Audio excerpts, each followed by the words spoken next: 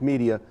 What has it done, you think, for this generation or ensuing generations of disc jockeys? Well, I think a study of Chuck McCann is absolutely fascinating, because a lot of stuff that he does is totally off the cuff. I mean, it's not written down.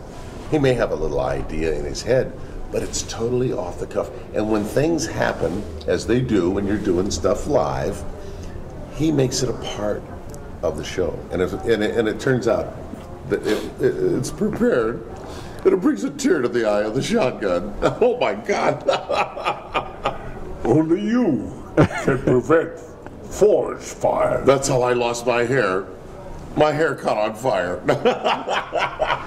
See, now I improvise just a little bit. No, you do. You do. But you do very well. But you're the master of it. You make me look like a preliminary boy. Come on. You know, it's just I mean, you do radio. You don't have a script. You know? I know, but you know what? Nobody has a script. Well, I did television, kids television shows for a while, not as long as Chuck, but only about 17 years, and then this TV party wanted my show on this website, and so I looked around at some of the other children's show hosts, and a guy that really jumped out at me was Chuck. With what he did back in those days, black and white cameras. I mean, the lights were incredibly hot.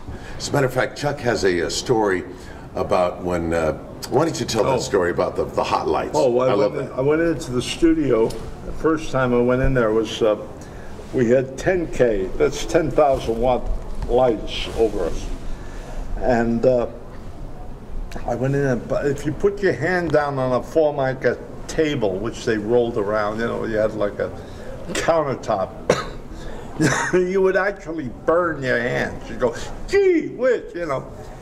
And the first time I did the show, the lights, the ceiling was very, very low. It was an 8-foot ceiling, and then they took away the false ceiling, so there was 10 feet altogether. So that included the scoop or the light, and I said, "Do you smell something burning?" And the cameraman says, "Yeah, it's your hair." I love that. And sure enough, I mean, that's what it was. Must have happened to you. Well, black and white television, you had to have a lot of light, man. Yeah. I mean, well, it wasn't low light like he has on his HD camera. No, God, no. But I went through the whole transformation of television, and I did my show in color eventually. In fact, the first day we got color at the studio, I went into my makeup room. Channel 11, New York? Channel 11. Oh, this was on Dumont at WNEW. And I went over and I took green makeup, and I did my whole face and hands with green makeup. And it was the first time that they went color. And so I said, well, here we are on the first day of color television. And the engineers, the cameramen, did not tell, they sworn to secrecy, not to tell the guys upstairs who were the color correctors what I was doing. So they started to adjust try to get my flesh face, you know, and by the time they did, they got my face flesh, but our suits turned pink, the background turned green, aquamarine. I mean, and you could see the people at home ruining their sets, you know. Oh, I got a chewing out for that. That was terrible. But it was a funny bit. Yeah, but you know. I know. Do you feel a great kinship, even as a radio personality? Oh yeah, well, I admire this guy so much. You must have done practical jokes as a radio. Not like you, not like you. No, I was a good boy. I did Really? what my director said to do something, and I did it. You know. Yeah. Yeah. You know what I did one time? No. I turned the clocks back at the studio. So when the people came in, they started, the lights went on and everything. They thought they were going on the air. It was 20 minutes before the show. So they did 20 minutes of the show without being on the air. Mm-hmm. Yeah. Well, now, if I may share this really did happen to me on Words of Pop, and this was the game show that I did for kids. In San Diego? In San Diego, but it was syndicated across the country. McGraw-Hill owned the show.